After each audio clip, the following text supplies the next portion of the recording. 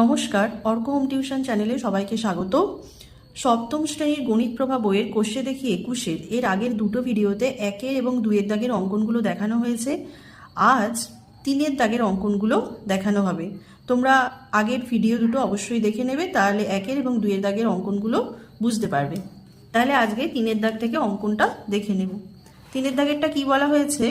একটি সামন্তরিক LAND আঁকি, যার LA সমান 6.6 সেমি, AN সমান 5.4 সেমি ও কোণ LAN সমান 45 ডিগ্রি। সামন্তরিকটি অঙ্কন করার জন্য প্রথমে স্কেলের সাহায্যে LA এবং AN রেখাংশগুলি টেনে নেব। LA বলা আছে 6.6 সেমি আর AN বলা আছে 5.4 সেমি।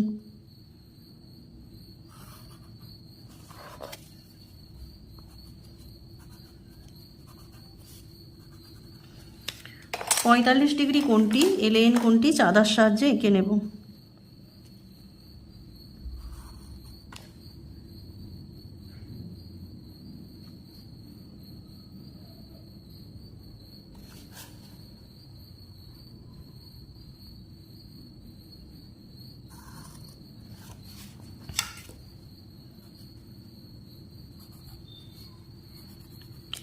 এবারে তোমাদের সুবিধার জন্য আমি পাশে ছোট করে একটি সামন্তরিক আঁকছি। LA বাহুর দৈর্ঘ্য দেয়া আছে, AN বাহুর দৈর্ঘ্য দেয়া আছে, আর এই কোণটার মান দেয়া আছে। তোমরা জানো সামন্তরিকের বিপরীত বাহুগুলোর দৈর্ঘ্য সমান। এই বাহুটার সমান এটা, এই বাহুটার সমান এটা।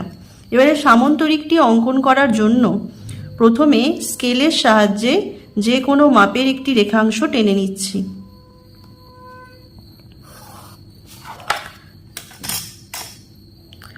এই রেখাংশ থেকে LA বাহুর সমান করে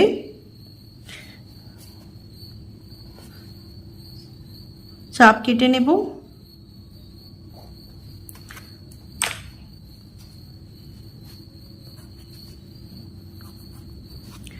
এবারে A বিন্দুতে 45 ডিগ্রি কোণের সমান করে কোণ আঁকবো। প্রথমে কোণ আঁকার জন্য তোমরা জানো এখানে একটি চাপ কেটে নিলাম।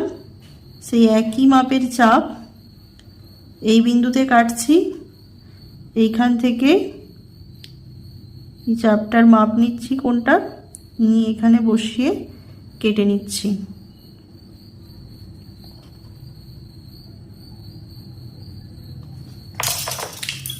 এবারে স্কেলের সাহায্যে A বিন্দুর সঙ্গে এটা যোগ করে দিচ্ছি। এবারে এখানে ছবিটাই দেখতে পাচ্ছ AN বাহু হবে। এবারে AN বাহুর মাপ নেব।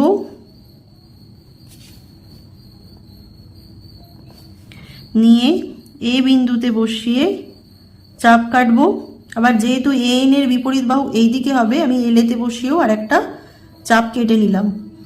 আর LA বাহুর মাপ নেব, নিয়ে এখানে যতদূর এসেছে AN বাহুটা সেই N বিন্দুতে বসিয়ে চাপ কাটলাম।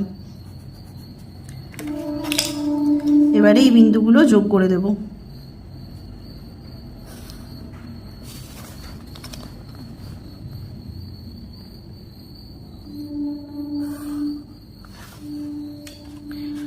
তাহলে লিখে নেব যে একটি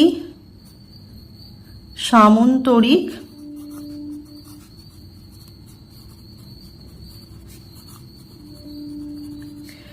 LAND অঙ্কন করলাম,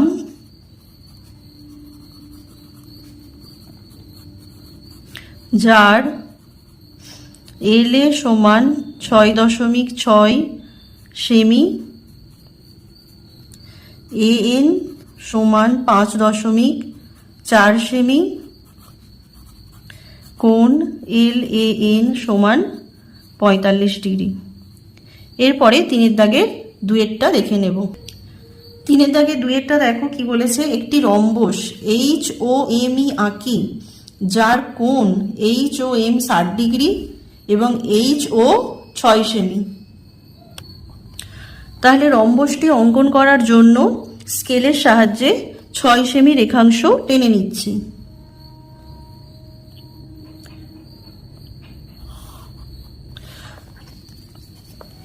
এইচ ও। আরেকটি কোণের মান HOM বলা আছে 60 ডিগ্রি, সেটা আমরা পেন্সিল কম্পাসের সাহায্যে একবারেই আঁকবো। আর তোমরা রম্বসের কি বৈশিষ্ট্য জানো, যে রম্বসের 4টে বাহুর দৈর্ঘ্য সমান। পাশে একটা ছোট করে রম্বস আঁকছি, HOM, HO বাহুর দৈর্ঘ্য দেয়া আছে, আর HOM এই কোণটার মান দেয়া আছে।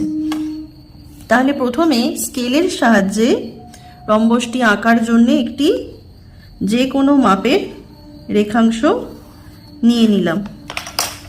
এবারে পেন্সিল কম্পাসের সাহায্যে HO বাহুর দৈর্ঘ্য নেব, নিয়ে এই বিন্দুতে বসিয়ে কেটে দিচ্ছি। নাম দিয়ে দেব HO। ও বিন্দুতে 60 ডিগ্রি কোণ আঁকবো। 60 ডিগ্রি কোণ তোমরা কিভাবে আঁকতে হয় জানো। পেন্সিল কম্পাসের সাহায্যে একটা মাপের চাপ নেব, যে মাপের চাপটা নেবে পেন্সিল কম্পাসের সাহায্যে সেই মাপ নিয়েই এখানে বসিয়ে আবার চাপ কাটতে হবে। এবারে স্কেলের সঙ্গে এই বিন্দুটি যোগ করে বাড়িয়ে দিলাম। এবারে রম্বসের প্রতিটা বাহুর দৈর্ঘ্য সমান। এবারে আরেকবার এই বাহুটার দৈর্ঘ্য নিয়ে নেব, নিয়ে ও বিন্দুতে বসিয়ে 60 ডিগ্রি কোণটার উপর চাপ কাটবো।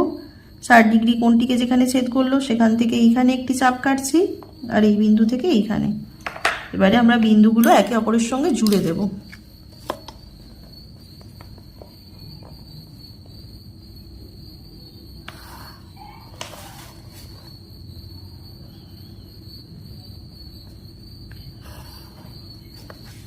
তাহলে রম্বস পেয়ে গেলাম HOM। পাশে লিখে নেব যে রম্বস HOM অঙ্কন করলাম, যার HOM কোণ 60 ডিগ্রি, HO বাহু 6 সেমি। এরপরে 3-এর দাগেরটা দেখে নেব। 3-এর দাগেরটা দেখো বলা হয়েছে আবার একটি রম্বস আঁকার কথা বলা হয়েছে। দেখা যাক কি বৈশিষ্ট্য দেওয়া আছে রম্বসটার। একটি রম্বস ROAD আঁকি, যার RA 8 সেমি ও OD 6 সেমি। তাহলে রম্বসটি আঁকার জন্যে প্রথমে স্কেলের সাহায্যে RA 8 সেমি এবং OD 6 সেমি রেখাংশ দুটো টেনে নিচ্ছি।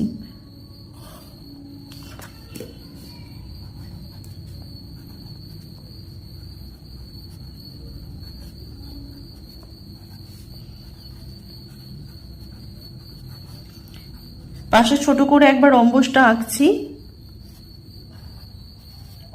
তোমরা আগেরটাই রম্বসের কি বৈশিষ্ট্য শিখলে, রম্বসের 4টে বাহুর দৈর্ঘ্য সমান।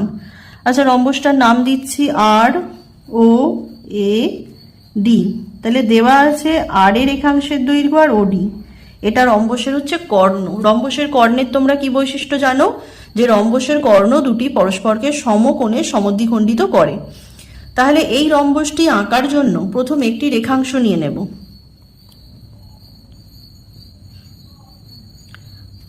এটা যে কোনো মাপের রেখাংশ নিচ্ছি।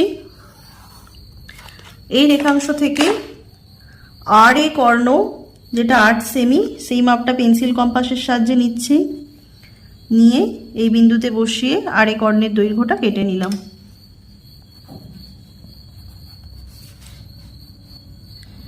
এবারে এক্ষুনি বললাম যে রম্বসের কর্ণ দুটি পরস্পরকে সমদ্বিখণ্ডিত করে। তাহলে এইখানে প্রথমে আমি আর এ কর্ণটির লম্ব সমদ্বিখণ্ডক আঁকবো।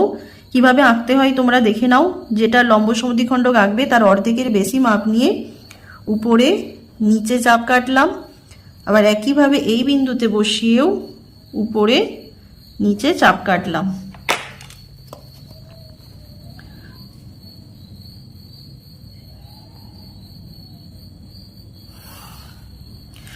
তাহলে রম্বসের আর একটা যে কর্ণ দেওয়া আছে সেটা হবে কি, এই লম্ব সমদ্বিখণ্ডক বরাবর। এবারে তোমরা এটাও জানো, যেহেতু সমদ্বিখণ্ডিত করে, তাহলে ওডি কর্ণের যেটা 6 সেমি তার অর্ধেকটা, মানে তাকে 3 সেমি করে যদি তাকে ভাগ করি, সমদ্বিখণ্ডিত করি, তাহলে 3 সেমি পড়বে এইদিকে, 3 সেমি পড়বে এইদিকে। তাহলে আর একটা আমি রেখাংশ টেনে নেব। তোমরা ওডি 6 সেমিটাকে একবার লম্ব সমদ্বিখণ্ড করেও নিতে পারো। আমি এখানে রেখাংশ টেনে নিচ্ছি। তাহলে এটা কত সেমি টানলাম? 3 সেমি। যেহেতু ওডি কর্ণ এই বিন্দুতে লম্ব সমদ্বিখণ্ডক হয়। এবার এই 3 সেমির মাপ নেব, নিয়ে যেখানে আরে কর্ণটি লম্ব সমদ্বিখণ্ডিত হয়েছে সেখানে বসিয়ে একবার ওপরে সমদ্বিখণ্ডকের ওপরে চাপ কাটবো আর একবার নিচে চাপ কাটবো। এবারে এই বিন্দুগুলো পরস্পরের সঙ্গে জুড়ে দিলে রম্বসটি হয়ে যাবে। এই বিন্দুগুলো পরস্পরের সঙ্গে জুড়ে দিচ্ছি।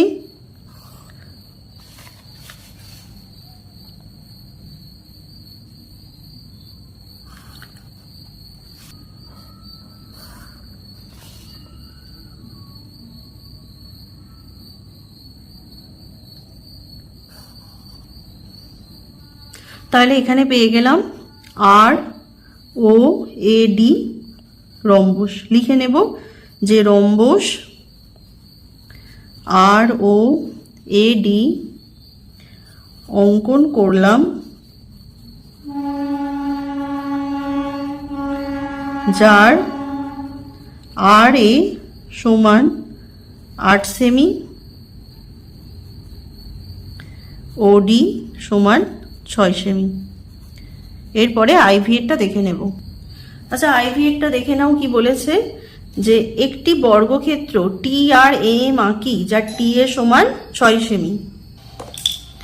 আইভিএরটা কি বলেছে দেখে নেব। একটি বর্গক্ষেত্র টি আর এম আঁকি যার টি এ সমান 6 সেমি। বর্গক্ষেত্রটি অঙ্কন করার জন্য প্রথমে টি এর 6 সেমি রেখাংশ টেনে নিচ্ছি।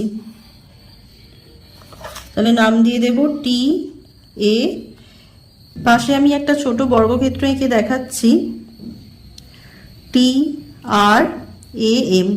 তাহলে দেওয়া আছে একটি কর্ণের দৈর্ঘ্য। আর তোমরা কি জানো, বর্গক্ষেত্রে যেমন 4টে বাহুর দৈর্ঘ্য সমান, বর্গক্ষেত্রে 2টি কর্ণের দৈর্ঘ্য সমান।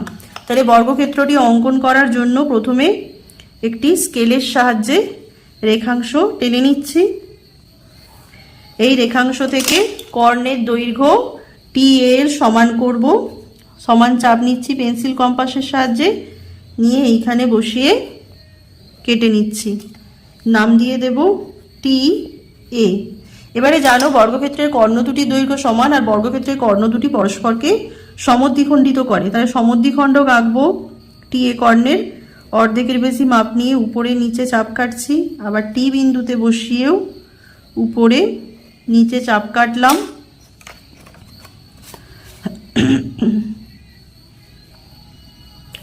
তাহলে এটা পেলাম টি এর লম্ব সমদ্বিখণ্ডক। এবারে এই যে কর্ণটা, এটারও দৈর্ঘ্য হবে টি এ কর্ণের সমান। তাহলে টি এ কর্ণের টোটাল দৈর্ঘ্য যদি হয় 6 সেমি, তাহলে যেখানে লম্ব সমদ্বিখণ্ডক খণ্ডিত হয়েছে সেখান থেকে অপর কর্ণটির দৈর্ঘ্য এই দিকে হবে 3 সেমি, এই দিকে হবে 3 সেমি, কারণ 6 সেমির অর্ধেক হচ্ছে 3 সেমি। পাশে একটি আমি আর একটা 3 সেমি রেখাংশ টেনে নিচ্ছি।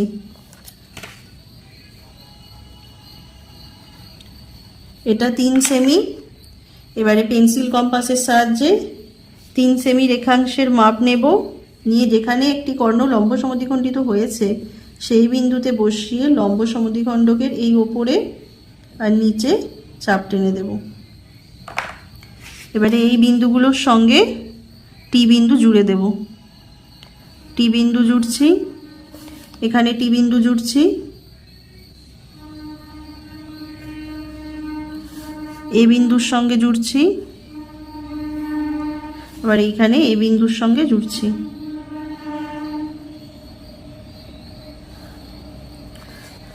তাহলে এখানে নাম দিয়ে দেব টি আর এ এম। পাশে লিখে নেব যে বর্গক্ষেত্র টি আর এ এম অঙ্কন করলাম,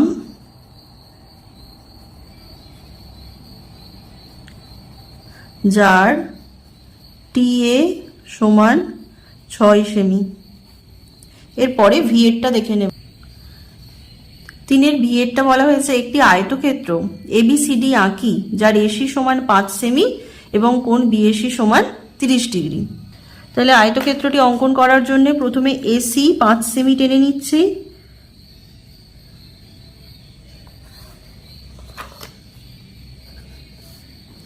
আর একটি কোণের মান দেওয়া আছে 30 ডিগ্রি, সেটা চাঁদার সাহায্যে এঁকে নিচ্ছি।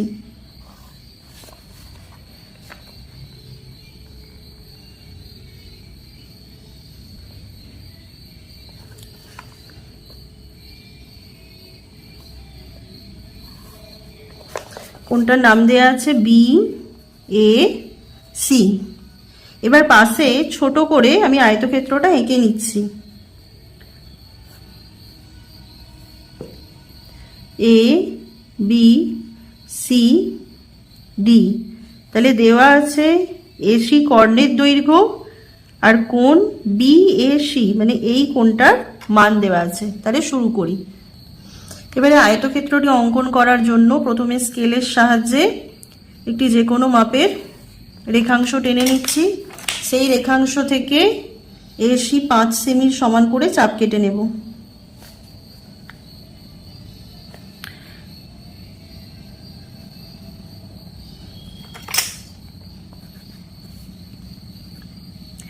এবারে কোণ বি এ সি বলা আছে 30 ডিগ্রি, তাহলে এ বিন্দুতে 30 ডিগ্রি কোণ আঁকবো। তাহলে কোণ আঁকার জন্য প্রথমে এখানে একটি চাপ কেটে নিচ্ছি। সেই একই মাপের চাপ এ বিন্দুতে বসিয়ে কেটে নিচ্ছি। এখান থেকে মাপ নিয়ে নিচ্ছি কোণটার।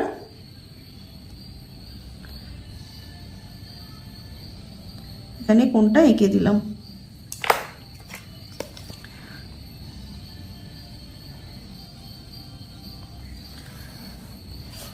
আচ্ছা, এবার ছবিটা তোমরা ভালো করে লক্ষ্য করো। আয়তক্ষেত্রের প্রতিটা কোণ তোমরা কি জানো? 90 ডিগ্রি। তাহলে আয়তক্ষেত্রের এই কোণটি যদি 30 ডিগ্রি হয়, যেটা দেয়া আছে, তাহলে এই কোণটা কত ডিগ্রি হবে? 60 ডিগ্রি। তাহলে এ বিন্দুর উল্টো দিকে এসি বাহুর যেদিকে 30 ডিগ্রি আছে তার বিপরীত দিকে একটা 60 ডিগ্রি কোণ এঁকে নেব। তাহলে 60 ডিগ্রি কোণ আঁকার জন্যে একটি চাপ টানছি। সেই একই মাপ নিয়ে এই বিন্দুতে বসিয়ে চাপের ওপর আরেকটা চাপ কেটে দিচ্ছি। এই বিন্দুর সঙ্গে ওইটা যোগ করে দিচ্ছি। আচ্ছা, ছবিটা তোমরা লক্ষ্য করবে যে আয়তক্ষেত্রের এ বি বাহু সিডি বাহু কি সমান আর সমান্তরাল। তাহলে এ কোণের মান যদি 30 ডিগ্রি হয়, মানে বি এ সি কোণের মান যদি 30 ডিগ্রি হয়, তাহলে এ সি ডি কোণের মানও হবে কত ডিগ্রি? 30 ডিগ্রি। কারণ কি কোণ? একান্তর কোণ। আবার একইভাবে ডি এ সি কোণের মান যেটা আমি আঁকলাম যদি 60 ডিগ্রি হয়, তাহলে বি সি এ কোণটাও হবে 60 ডিগ্রি। তাহলে বিপরীত পাশে কোণগুলো এঁকে নেব সমান কোণ। তাহলে 30 ডিগ্রি কোণটা এই দিকে হবে। তাহলে আর একবার 30 ডিগ্রি কোণের মাপ নিয়ে নেব। প্রথমে একটা এ বিন্দুতে বসিয়ে আরেকবার চাপ কেটে নিচ্ছি। নিয়ে এ বিন্দুর যেদিকে 30 ডিগ্রি এঁকেছি তার বিপরীত পাশে সি বিন্দুতে আঁকবো।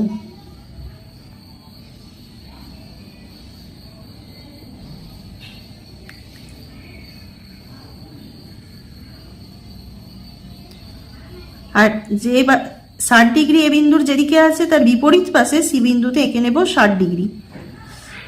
তাহলে এইখানে আর একবার চাপ কেটে নিলাম 60 ডিগ্রি আঁকার জন্য। সেই একই মাপ নিয়ে এখানে বসিয়ে চাপ কেটে দিলাম। এবারে বিন্দুগুলো শুধু যোগ করে দেব।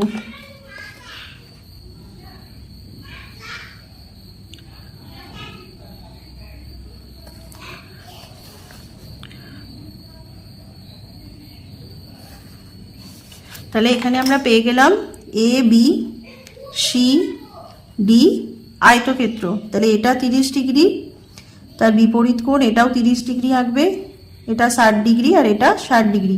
এই টোটাল কোণ দেখো 90 ডিগ্রি, কারণ আয়তক্ষেত্রের প্রতিটি কোণের মান 90 ডিগ্রি। তাহলে পাশে লিখে নেব যে আয়তক্ষেত্র এ বি সি ডি অঙ্কন করলাম, যার এসি সমান 5 সেমি, কোণ বিএসি সমান 30 ডিগ্রি। আমার ভিডিওটি যদি ভালো লেগে থাকে চ্যানেলটিকে সাবস্ক্রাইব করে আমাদের পাশে থাকবেন। ধন্যবাদ।